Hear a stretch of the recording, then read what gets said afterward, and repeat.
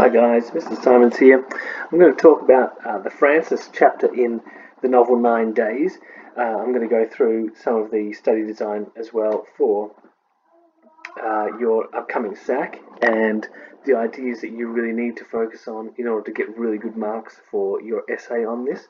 I'm going to give you some really good quotes and hopefully some good discussion of wider textual evidence.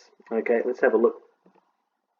So here's from the study design, guys, key knowledge that you need to know, an understanding of the world of a text and the explicit and implied values it expresses. We've been doing a lot of work on the world of 1940s Richmond.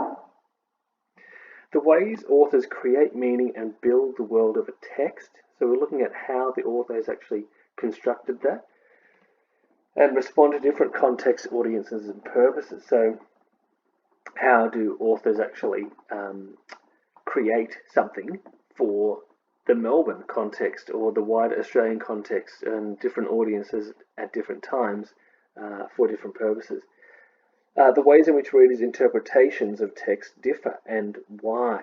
So you'll see your teachers might have different interpretations of different chapters, and you can see that in the videos we make for you.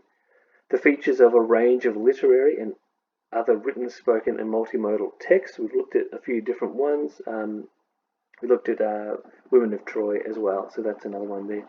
The features of analytical interpretations of literary and other texts, structure, conventions, and language. This means these bottom two, they are a discussion of how you write your essay. Okay, and that's what we teach you. All right. Next, so these are some key skills that this is what you need to do. Okay, these are the things that you need to show in your essay. Explain and analyze how the features of a range of text create meaning and how they influence interpretation. Now, we will talk a lot about different features of a text, not just the characters and plot, the story, but we look at how dialogue works, how narration works, how chapter order works, how different voices in narration work. So those are the kinds of things you need to incorporate. The ways readers are invited to respond to text.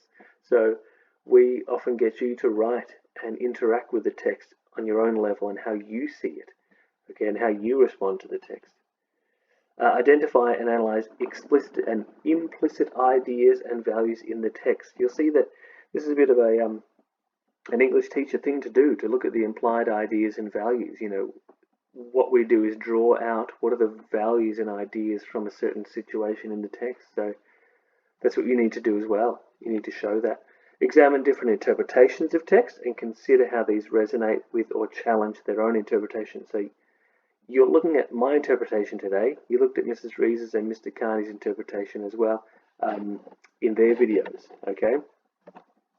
Synthesize ideas and interpretations to develop an interpretation of your own. So that's what you do in your essay, and use textual evidence appropriately to justify your responses. Guys, let's jump into the chapter here. The setting, we've got 1937. This is days after Tom Westaway's funeral. Okay, so the boys are still reeling from that, and the family is really unsure what they're going to do.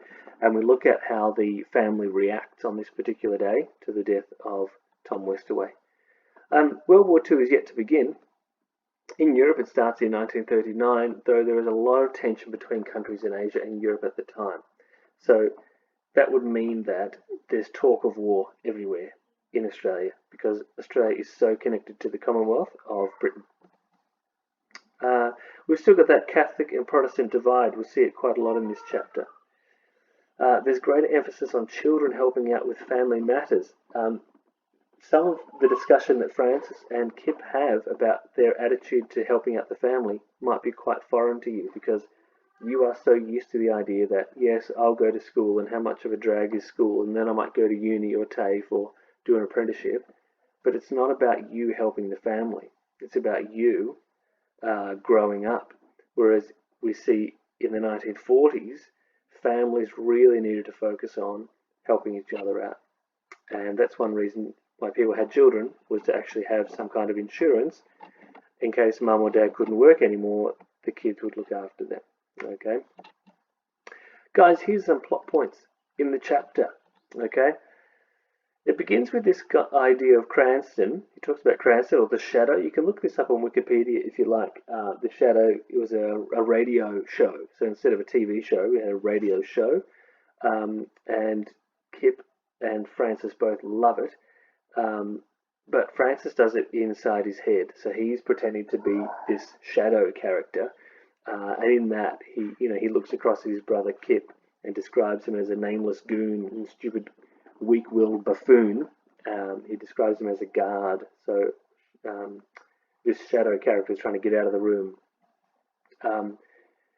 You'll see that in Connie's chapter, Francis patronizes Kip for playing the shadow. So Francis has a dig at Kip, for being a child and pretending to be the shadow. But Francis does it as well, but he just does it inside his own head, and we see that in the narration. It's days after Tom's funeral, and lots of cakes are arriving. So people are showing their support and their care for the Westerways by sending cakes. Francis crawls under the kitchen table, reminiscing about his father and when the boys used to go under there and poke the father in the legs, and they used to make a game of it. It's a really beautiful little memory that they've got. Jean finds work in a large house in Kew, and they take on a boarder, so that's Mrs. Keith. The boys stay at school like respectable people. So Jean wants them to be respectable people, and the way you do that is for your children to go to school, and they go off to St. Kevin's, which is quite a nice Catholic school. Francis meets Pike. Here's where it turns a bit sour for Francis in this chapter, and it kind of revolves around this event that Francis meets Pike and his two goons. He wants to be friends with Pike and the goons, so he agrees to go with them after school. He's excited about being chosen. It's all about his ego. And then he kind of fantasizes about, I'm going to be the leader of this group, I'm going to be the best. And so he says this, give me time and I could be the brains of the whole operation, he says about Pike, Cray and Mac. So Francis has tickets on himself. He thinks he's pretty good. Francis finds Kip at school, who is visibly shaken by the death of their father. Kip compares their scones to their father's suit in the coffin. They were both cut up in the middle. So they have this reflection on seeing their father in the coffin. Francis says that he thought that he was peaceful. Kip says, I can't believe they cut up his beautiful suit, his best suit.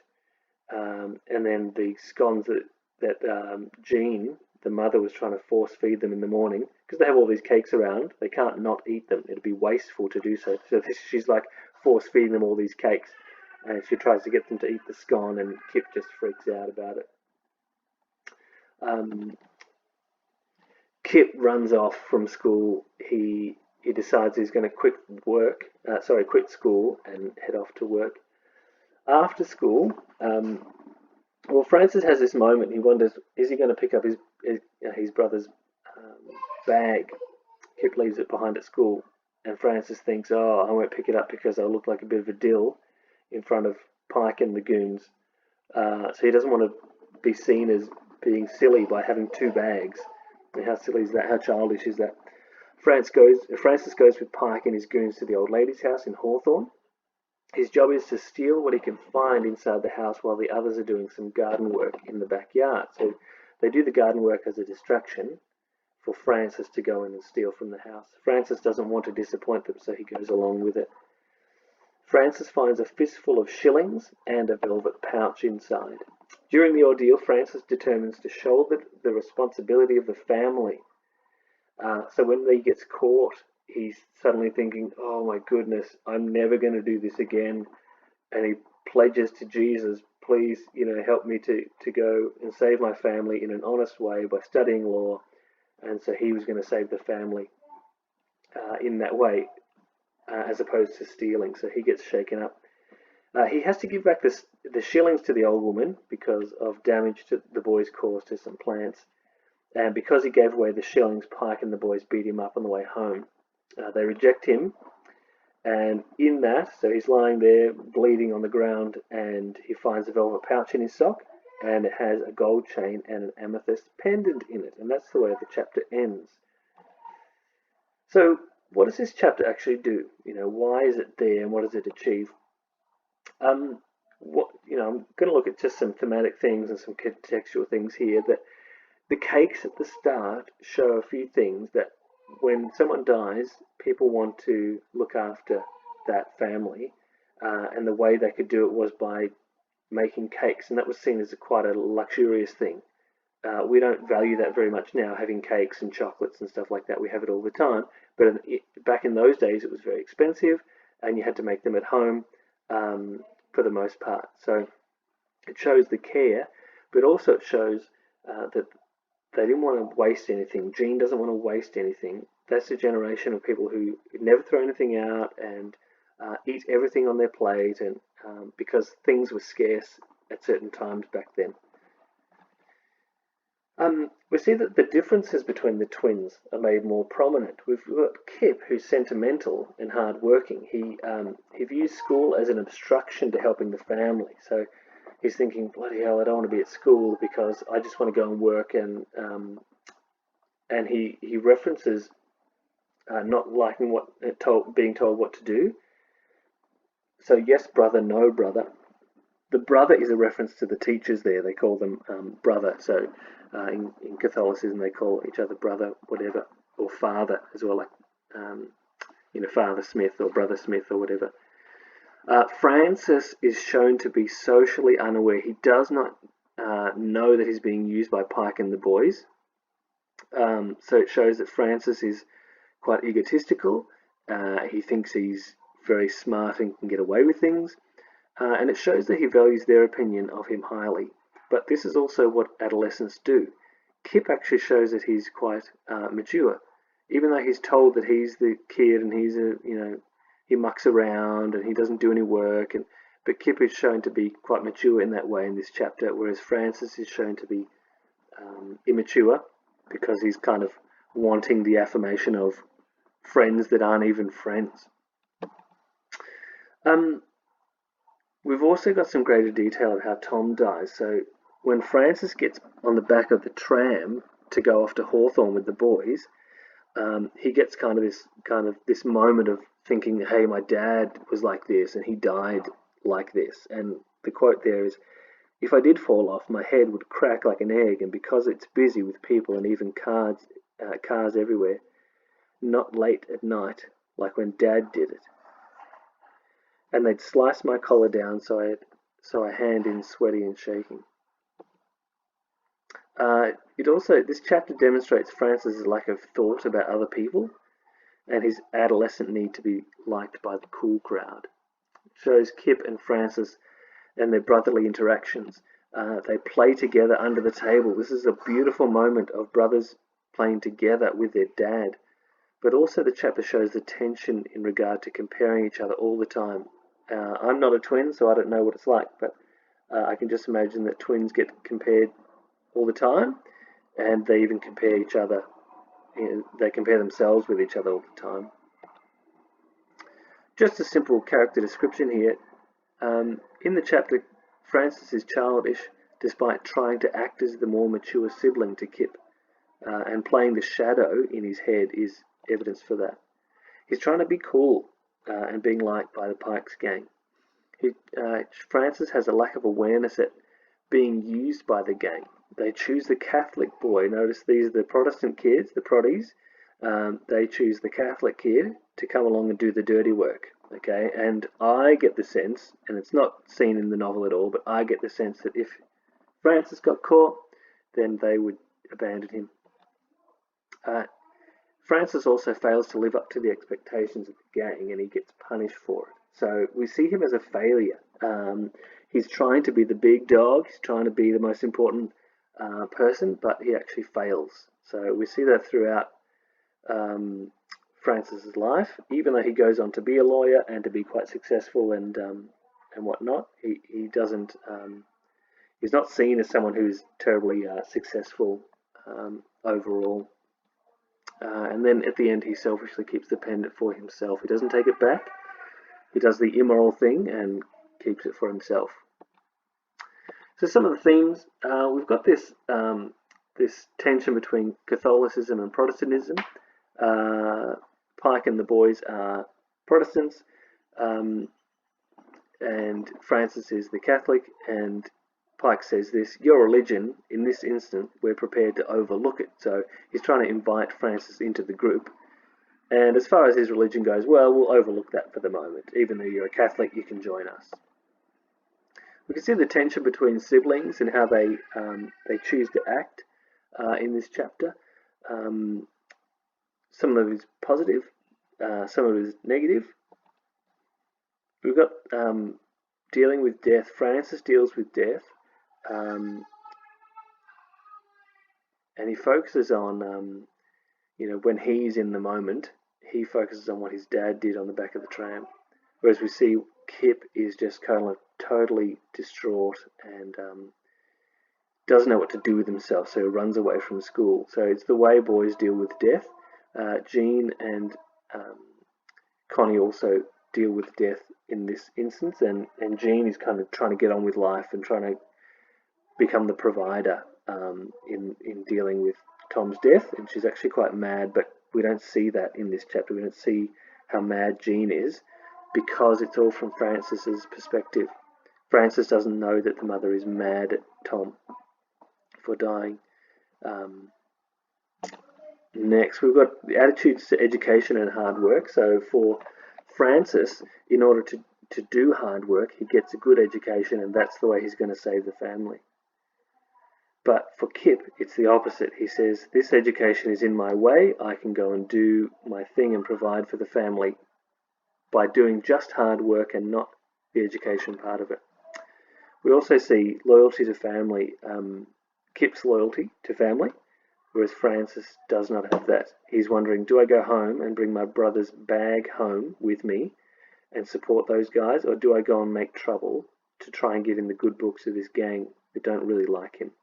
So we see Francis being disloyal to his family here, even though he shares a nice moment with Kip at school and tries to care for him. We see him being disloyal by not coming home and possibly getting into way more trouble.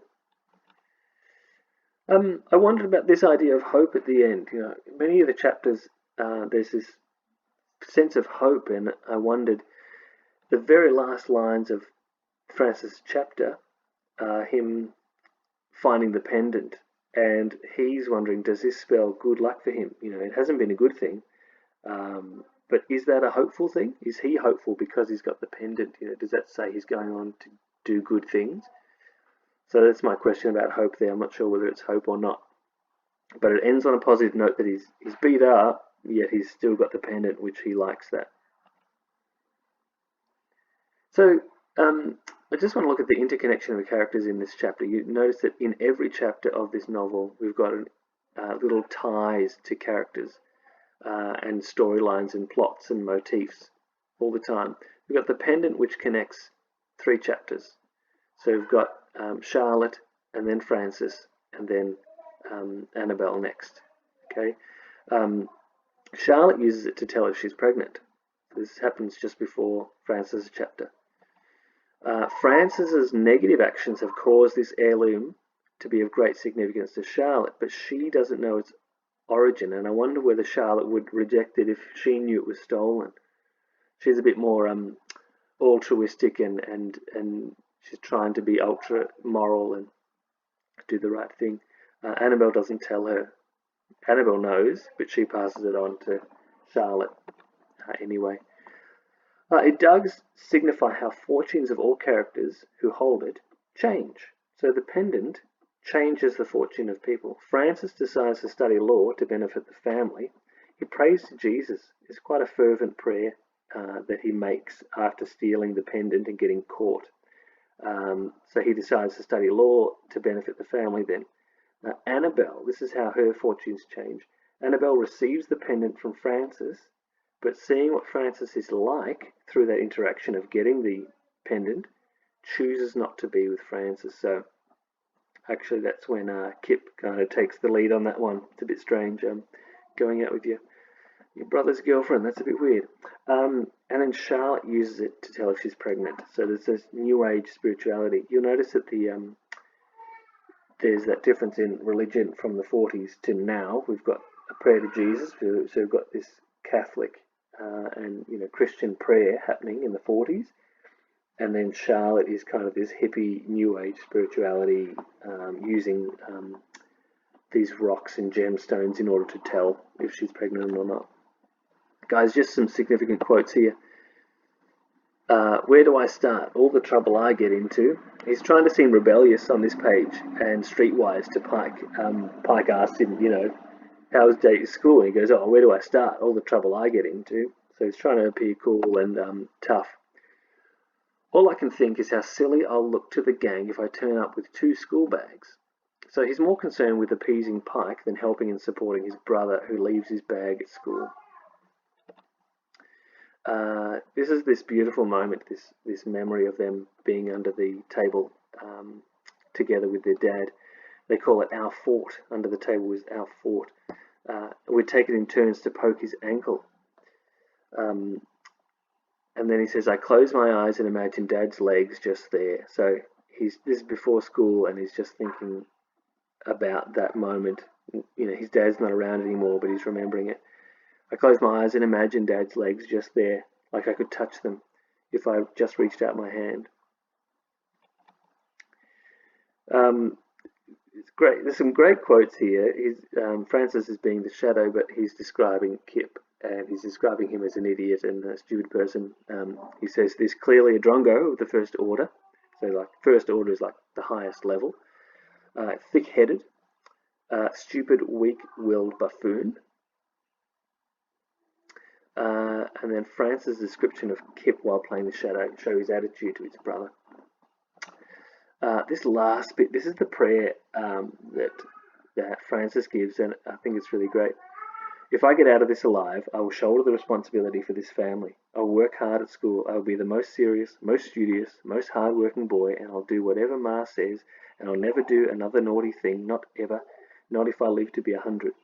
I'll finish school and go to university, and I'll study law. So help me Jesus Christ, who is my Saviour. Ma is right. Nothing is as important as being respectable. So he kind of shifts his ways there. He's not going to try and muck about with Pike anymore. And he prays to Jesus about it. Just some other things, guys. This is the stuff that I definitely want you to put in your essays. This is the level up. This is high quality Year 12 essays, okay? Can you talk about Francis's first person narrative voice? So he's got this childish inner monologue compared to his more mature dialogue, okay? He's got an inner monologue of the shadow, and then he's trying to seem mature and streetwise with his dialogue and what he says. I want you to talk about the symbolism of the pendant, even using the word symbolism. I want you to use the words first person narrative voice, that kind of thing. Inner monologue, I want you to use those phrases. Can you look at the pendant as a connection between Francis, Annabelle, and Charlotte? Francis stole it, whereas it was a gift for Annabelle and Charlotte. How about this? Discussion of Francis's chapter placement. After Charlotte, where the pendant is used as a fortune-telling and supernatural device, and before Annabelle, we see Francis fortunate that he doesn't get caught out by his family, and he gets to keep the pendant. And then in Annabelle's chapter, we see his fortune run out because of his arrogance and attitude. Okay, so the chapter placement is an interesting thing to discuss, and what Toni Jordan is trying to do. She's setting him up in a certain way and setting the pendant up to mean something, and then we see his ultimate failure. Guys, that was all. Enjoy. Bye-bye.